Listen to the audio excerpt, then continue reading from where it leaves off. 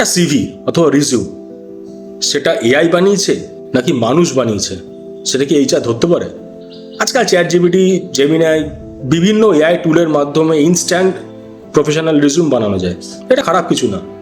Problem শুরু হয় যখন নিজের এক্সপিরিয়েন্স না থাকলেও সিভিতে সুন্দর করে ভুল ইনফরমেশনগুলো অ্যাড হয়ে যায়। এবং সিভিতে লেখা আছে অ্যাডভান্সড এক্সেল এক্সপার্ট, পাওয়ার বিআই specialist, Python developer, cyber security analyst, কিন্তু ইন্টারভিউতে বেসিক কোশ্চেনের অ্যান্সার দিতে পারছে না। কিন্তু তখন কিন্তু এইচআর বুঝে যায় এর কিছু প্রবলেম আছে।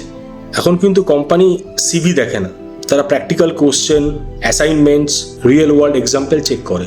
এআই দিয়ে রিজিউমে লিখলেন 5 years প্রজেক্ট ম্যানেজমেন্ট এক্সপিরিয়েন্স, কিন্তু ইন্টারভিউতে জিজ্ঞাসা করা হলো আপনার শেষ প্রজেক্টের বাজেট কত ছিল, টিম সাইজ কত ছিল, চ্যালেঞ্জ কী ছিল। অ্যান্সার না দিতে পারলেই প্রবলেম।